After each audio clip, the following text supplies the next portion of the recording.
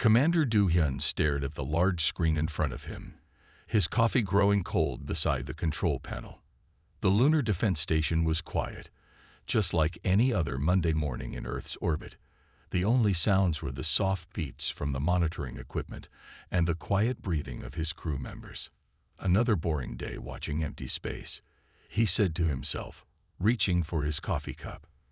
But before his fingers could touch it, every alarm in the station started screaming at once. "Commander, multiple objects coming out of hyperspace," shouted Lieutenant Hae-yun from her communication station. Her fingers flew across the keyboard as she tried to make sense of the readings. "They're huge. I've never seen anything like this." The main screen filled with a sight that made Du-hyun's heart stop for a moment. 3 massive ships had appeared near Mars' orbit. They looked like giant crystals, their surfaces reflecting the sunlight in rainbow patterns. Each ship was at least 5 kilometers long, dwarfing anything humans had ever built in space. "Get me Earth Defense Command," Du-hyun ordered, his voice steady despite the fear growing in his stomach. "And start recording everything. We need to document this." The crystal ships moved with impossible grace for their size, like dancers performing a perfect routine. They formed a triangle pattern and stopped, hanging in space like newly formed stars. "Sir," Hae-yun called out, her voice shaking slightly, "we're receiving a transmission. It's being broadcast on all frequencies." Do-hyun straightened his uniform. "Put it through." The message that came through their speakers was unlike anything they had ever heard. It was a series of perfect musical notes, mathematical in their precision, forming patterns that seemed to carry meaning. Hae-yun's eyes widened as she worked to understand it. "It's a language," she said, her training in sinolinguistics kicking in. "But it's not just sound. It's pure mathematics. Every frequency, every pause, every combination is exactly calculated. I've never seen anything so precise." The message repeated 3 times before changing to a rough approximation of human speech. The voice that filled the station was mechanical, each word pronounced with unnatural perfection. "People of Earth, we are the Drachnid Collective. Your existence has been noted. Your technology has been measured. Your civilization has been judged. You will surrender your planet and resources to us, or you will be removed. You have 24 Earth hours to respond." The message ended with another series of musical notes that made several crew members cover their ears in discomfort. "Send everything to Earth Defense Command," Du-hyun ordered. "And get me the President's office.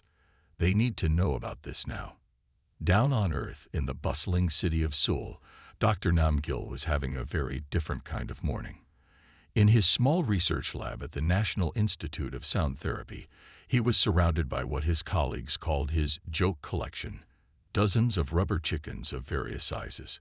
"Now let's try this frequency," he muttered to himself, squeezing one of the larger chickens. The squeaking sound it made was recorded by his sensitive equipment, which showed the complex wave patterns on his computer screen. His phone buzzed with a news alert, but he ignored it. He was too focused on his work. For years, he had been studying how different sound frequencies affected the human brain. Most people thought he was crazy for using rubber chickens in his research, but he had discovered something fascinating. The seemingly random sounds they produced could create unique patterns that regular instruments couldn't match. Back at the Lunar Defense Station, things were getting worse. 2 more groups of crystal ships had appeared, taking positions around Earth like a net about to close. Hae-yun had been working nonstop, analyzing the aliens' communications. "Commander," she called out, "I found something interesting. Their language, their ships, even their movement patterns, everything they do is based on perfect mathematical sequences. It's like they've removed all randomness from their technology."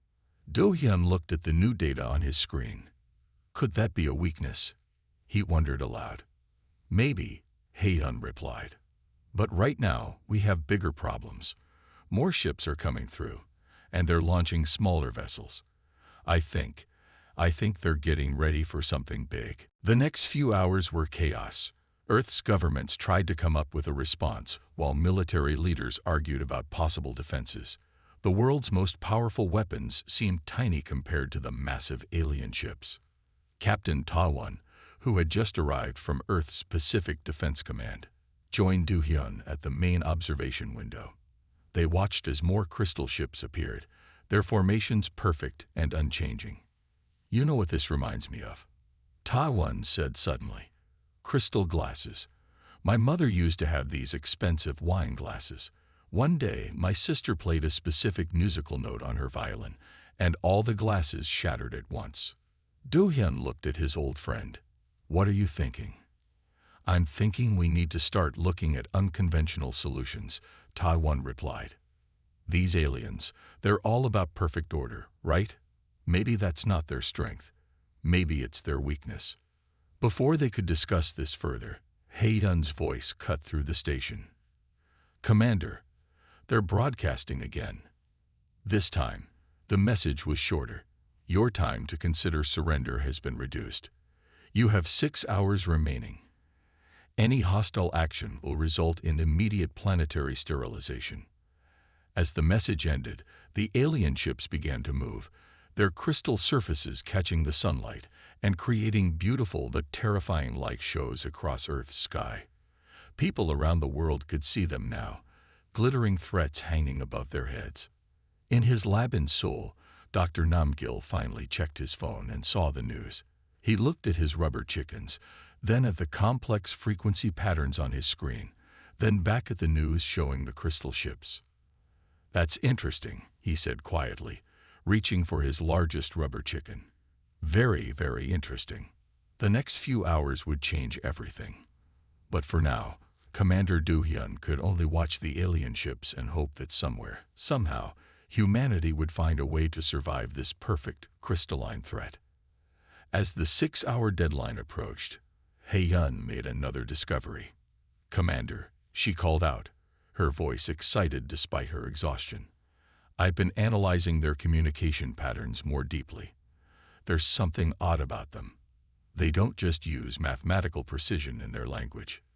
They seem to require it. Any deviation from their perfect patterns seems to cause them distress. Look at this." She played a recording of an earlier alien transmission that had been partially corrupted by solar interference. The mathematical patterns became slightly irregular, and the alien response had been immediate. A burst of chaotic communications followed by a complete restart of their message. "They can't handle disorder," Hae-yun explained. "It's like their entire system breaks down if something doesn't fit their perfect patterns." Do-hyun leaned forward, interested. "Can we use that?" "Maybe," Hae-yun said. "But we'd need to find a way to create interference they couldn't adapt to. Something unpredictable, something that doesn't follow any pattern they could calculate."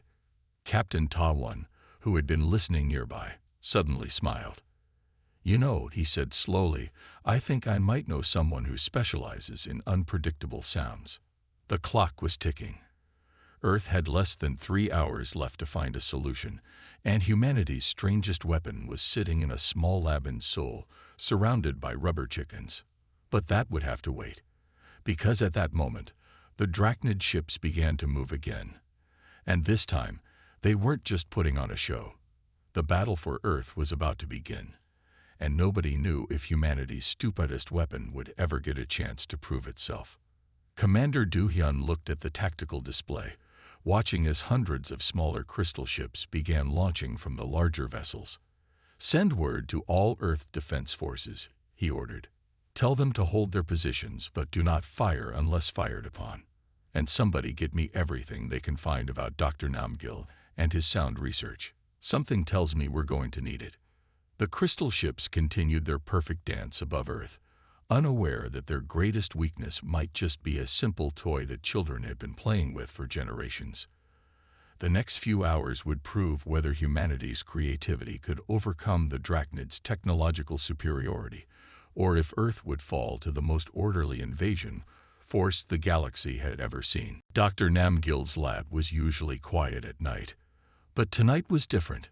His phone hadn't stopped ringing since the military police had arrived at his door.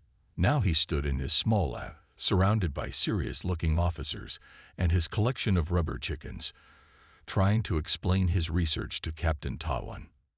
"You see," Namgil said, picking up one of his larger rubber chickens, "these toys make sounds that aren't random at all.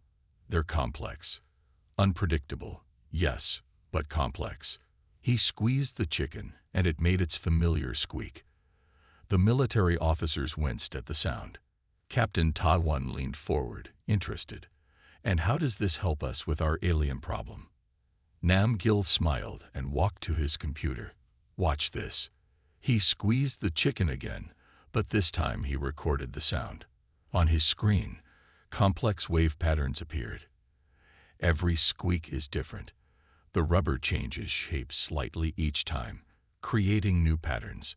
No two squeaks are exactly the same. "Like fingerprints," one of the officers said. "Exactly." Namgil picked up another chicken. "Now watch what happens when I play two at once." He squeezed both chickens, and the wave patterns on his screen became even more complex. The patterns combine in ways that are impossible to predict. It's organized chaos. Up on the Lunar Defense Station, Lieutenant He-yun was making a similar discovery. She had been studying the Drachnid ship's movements when she noticed something strange. Every time Earth's satellites sent out their regular signals, the alien ships would adjust their positions slightly, as if the random radio waves bothered them. "Commander Do-hyun," she called out, "I think you need to see this." Do-hyun walked over to her station, his face tired after hours of watching the alien fleet grow larger. "What have you found?"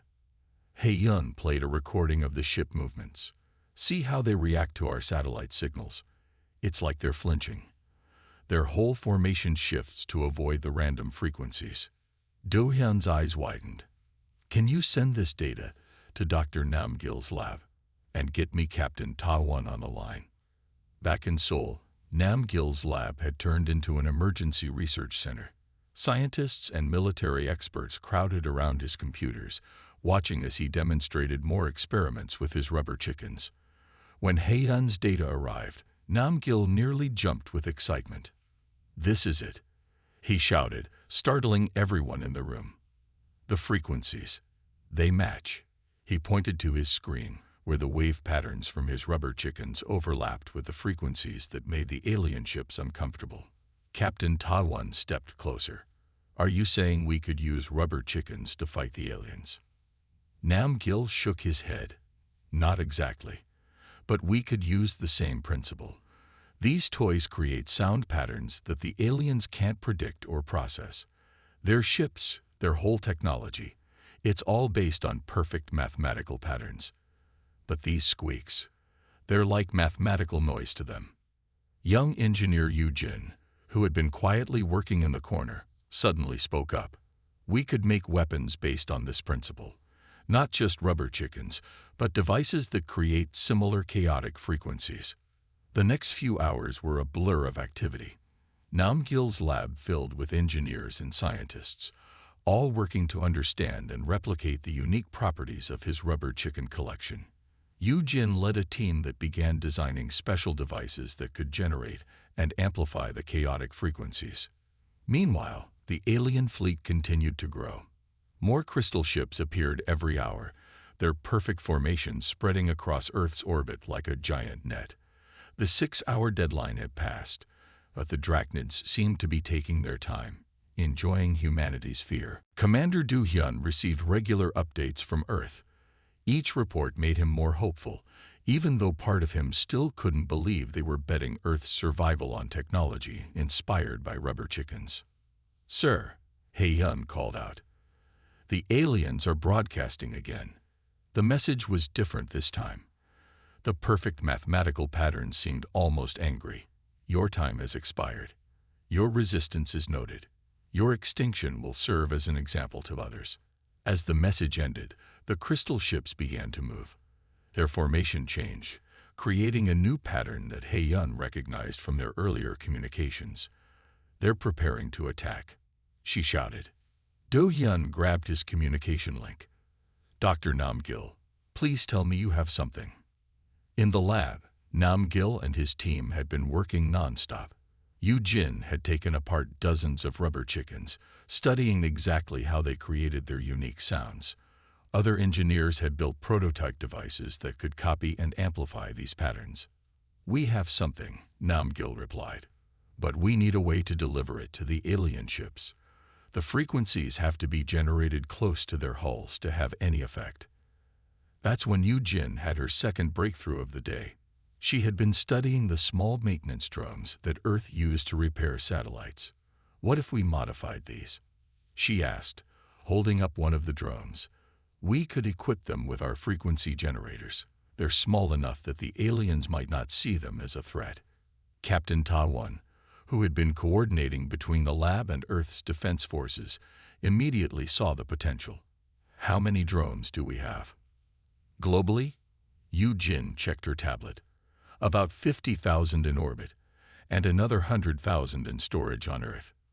"That's not enough," Ta-1 said. "We need millions." He turned to Namgil. "Doctor, how quickly can you mass-produce your frequency generators?" Namgil looked at his rubber chickens, then at the prototypes his team had built. "With proper resources, a few days. But we don't have days." "You have hours," Ta-1 said. "Earth's factories are being converted as we speak. Whatever you need, you'll have it." The next few hours were a race against time.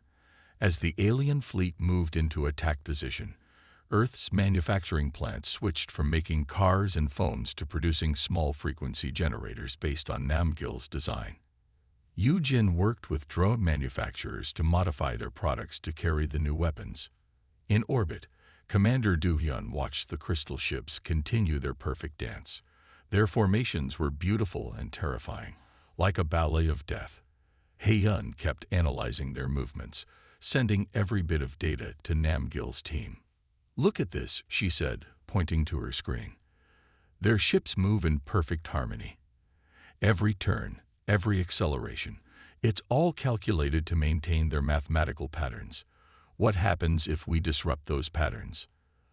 "Let's hope we find out soon," Do-hyun replied, watching as another group of crystal ships emerged from hyperspace. In his lab, Namgil held up his favorite rubber chicken one last time. "Who would have thought?" he said to himself. "All these years, people laughed at my research, called it a waste of time."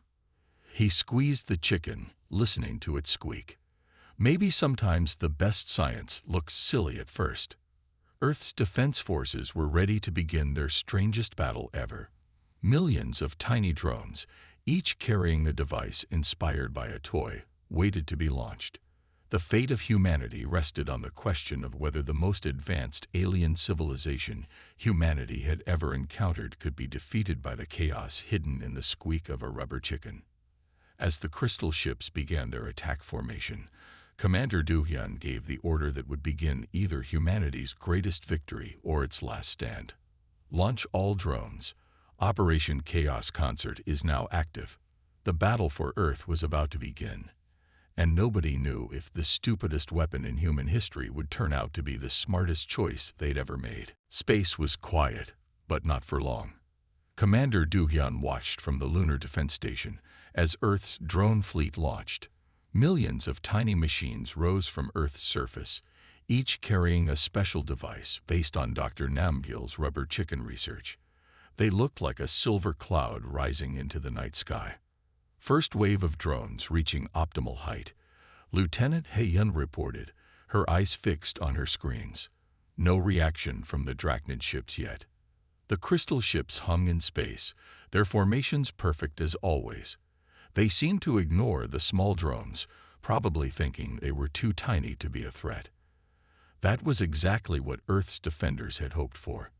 Down in his lab, Dr. Namgil watched the launch through a live feed. His hands were shaking as he held his original rubber chicken, the one that had led to this crazy plan. "Come on," he whispered.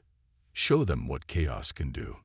Engineer Yu Jin stood next to him, checking the data from the drones. "All frequency generators are working perfectly," she said. "Ready to begin broadcast on your command." In the command center nearby, Captain Ta-1 took a deep breath and pressed his communication button. "Commander Do-hyun, all Earth systems are ready. Should we begin?" Do-hyun looked at the massive crystal ships one last time. They were beautiful, these alien vessels, with their perfect shapes and mathematical precision. He almost felt bad about what they were about to do. Almost. "Start Operation Chaos Concert," he ordered. "All drones activate their generators. Maximum power."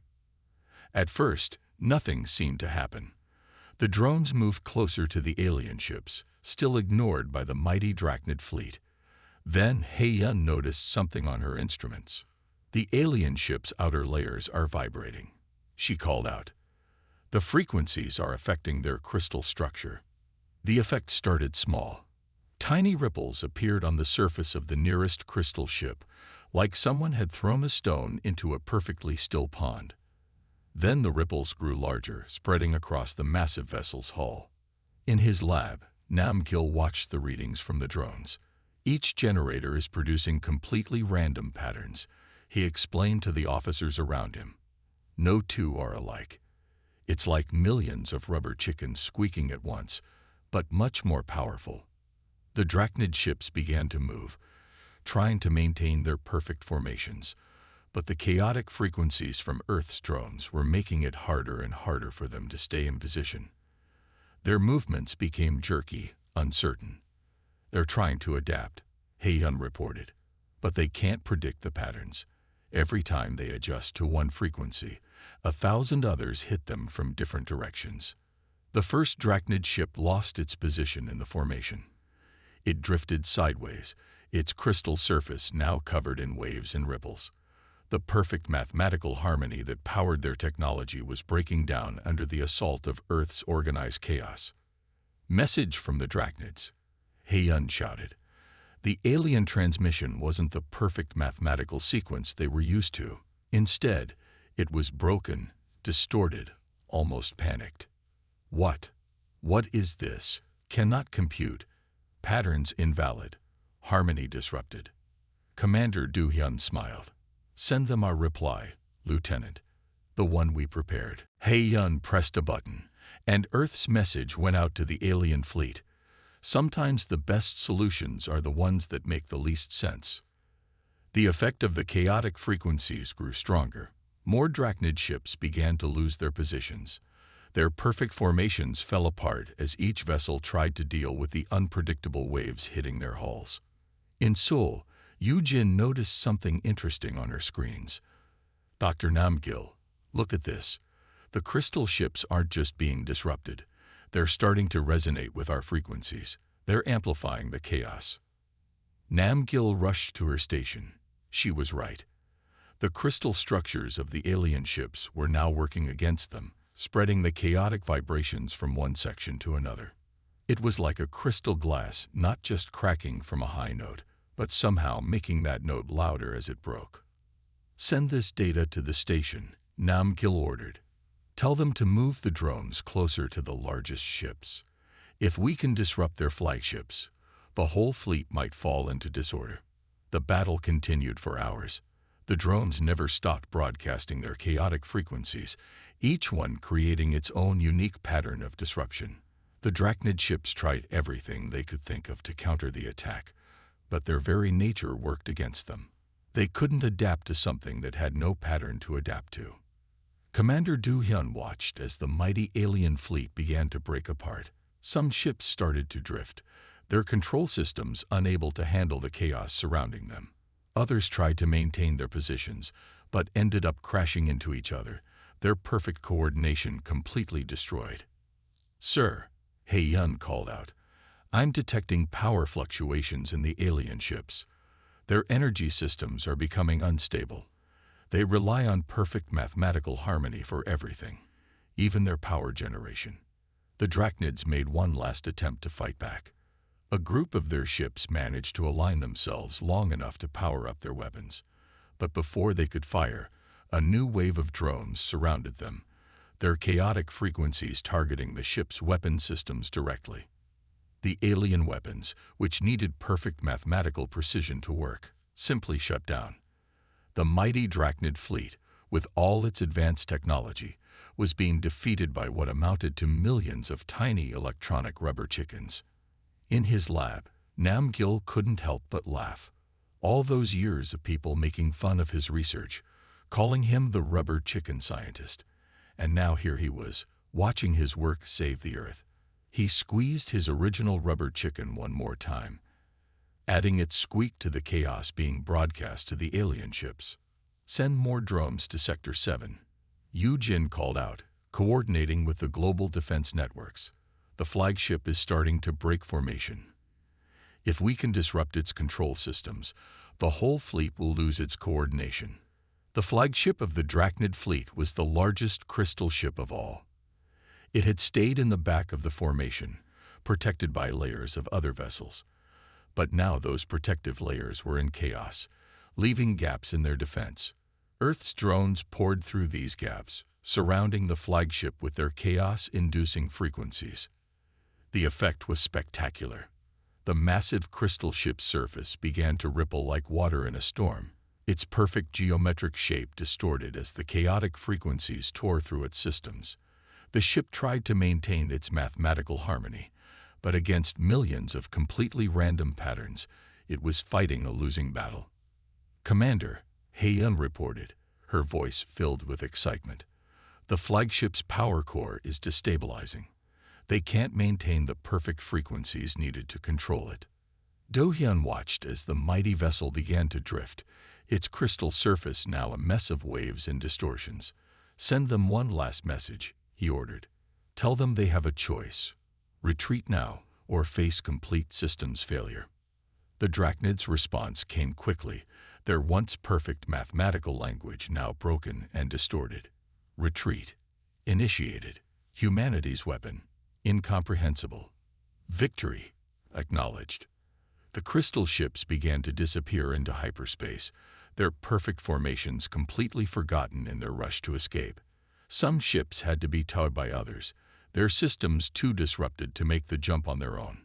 In less than an hour, Earth's sky was clear again, except for the millions of small drones still broadcasting their chaotic frequencies into empty space, like a victory concert for the whole galaxy to hear. 3 months after the Great Battle, Commander Do-hyun stood in front of the United Nations, telling the story of humanity's strangest victory. Behind him, in a special glass case, sat a simple rubber chicken, the one Dr. Namgil had used to make his breakthrough discovery. The Drachnids thought they were perfect, Do-hyun said to the gathered leaders. They believed their mathematical precision made them unbeatable. But they forgot something important. Sometimes chaos is more powerful than order. In Seoul, Dr. Namgil's lab had changed a lot. It was bigger now, with new equipment and many more scientists working there.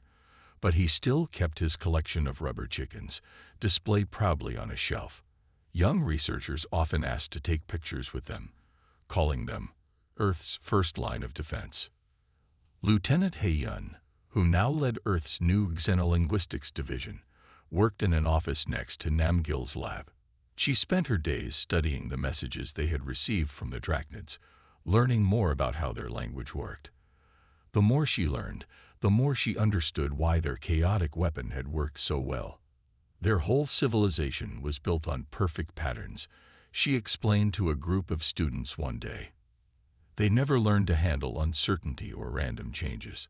It made them very powerful, but also very fragile. Engineer Yu Jin had her own success story. The drone design she created for Operation Chaos Concert was now being used all over Earth for peaceful purposes. Her small, efficient machines helped with everything from delivering medicines to monitoring the environment. She never removed the frequency generators, though, just in case. Captain Ta-Won led the project to upgrade Earth's defenses. "We can't assume all aliens will have the same weakness as the Drachnids," he often said. But we learned something important. Sometimes the simplest solution is the best one. One quiet evening, as Namgil was finishing up some work in his lab, his computer screen lit up with an alert. A signal was coming from deep space, using the same mathematical patterns the Drachnids had used. But this time, the message was different. "Request communication." The message said, "Seek understanding. Wish to learn." Namgil quickly called Commander Du-hyun and Lieutenant Hae-yun. Within an hour, his lab was full of people, all watching as Hae-yun worked to translate the complete message. "They want to talk," she said finally, looking up from her computer. "The Drachnids want to understand how we beat them. But more than that, they want to learn how to be less rigid, less perfect." Do-hyun smiled.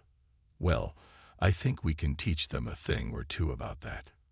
Over the next few weeks, more messages came from the Drachnids. They were trying to change their society. They explained. For millions of years, they had believed that perfect mathematical order was the only way to advance. Now they saw that their greatest strength had also been their greatest weakness. "Your chaos weapon," one message said, "showed us that there is power in imperfection. We wish to learn this power." Earth's leaders decided to accept the Drachnids' request for cultural exchange. 6 months after the battle, the first Drachnid diplomatic ship appeared in Earth's orbit. It was still made of crystal, but its surface wasn't perfectly smooth anymore. It had patterns that changed randomly, creating beautiful light shows across its hull. The ship's commander, whose name sounded like singing crystals, met with Earth's leaders in a special chamber designed to make both species comfortable. As a sign of peace, the alien commander presented Earth with a gift, a crystal sculpture that changed its shape randomly, never repeating the same pattern twice. In return, Du-hyun gave the Drachnid commander a rubber chicken. The alien held it carefully, studying its simple design with all 4 of their eyes. When they squeezed it and heard the squeak, their crystal-like skin changed colors in what Hae-yun recognized as a sign of amusement. "So simple," the Drachnid commander said through their translator. "So unpredictable. So perfect in its imperfection." Dr. Namgil's rubber chicken research became famous across the galaxy. Other alien species, hearing about Earth's victory over the mighty Drachnid fleet, came to learn about chaos theory and random patterns. Namgil found himself teaching aliens who looked like clouds, crystals, and even living mathematics about the beauty of unpredictability. Yujin's drones were modified to help the Drachnids experiment with chaos in a controlled way. She worked with alien engineers, teaching them how to build machines that could handle unexpected situations. The Drachnids were surprisingly good students once they allowed themselves to think beyond perfect patterns. 1 year after the battle, Earth held a celebration. The sky above every major city was filled with lights as Drachnid ships performed their new style of space ballet, a dance that mixed their traditional mathematical precision with random, chaotic movements. It was beautiful in a way that pure order could never be. In his lab, Namgil watched the celebration on his screens. He picked up his original rubber chicken, the one that had saved Earth, and gave it a squeeze. The squeak made him smile, just like it always did. "You know what's funny?" he said to Hae-yun, who was visiting his lab. "All those years, people thought I was wasting my time studying rubber chickens. They said I should do serious research." Hae-yun laughed. "And now the galaxy's most advanced civilization is learning how to make better rubber chickens." It was true. The Drachnids had become fascinated with Earth's simple toys. They created their own versions using crystal technology, but they could never quite match the beautiful randomness of the original rubber chickens. Something about the simple rubber toy created patterns that even their advanced computers couldn't predict. Commander Du-hyun kept his promise to the rubber chicken that saved Earth. It sat in its glass case in the United Nations building, with a simple plaque that read, "Sometimes the stupidest-looking solution is the smartest one of all." The story of Earth's victory spread across the galaxy. Other civilizations learned that humans had a special talent, the ability to find brilliant solutions in the most unexpected places. Some called it creativity. Others called it chaos thinking. The Drachnids had a better word for it. In their mathematical language, they created a new term that meant the wisdom to see intelligence in stupidity. And so, humanity took its place among the stars, known not for having the strongest weapons or the most advanced technology, but for understanding something that many older and more powerful civilizations had forgotten: that sometimes the best way to solve a problem is to think like a rubber chicken. As for Dr. Namgil, he never stopped his research, but now, alongside his rubber chickens, he had a collection of alien toys from across the galaxy. Each one made different sounds, created different patterns, and reminded him that in a universe full of wonders, sometimes the simplest things were the most amazing of all.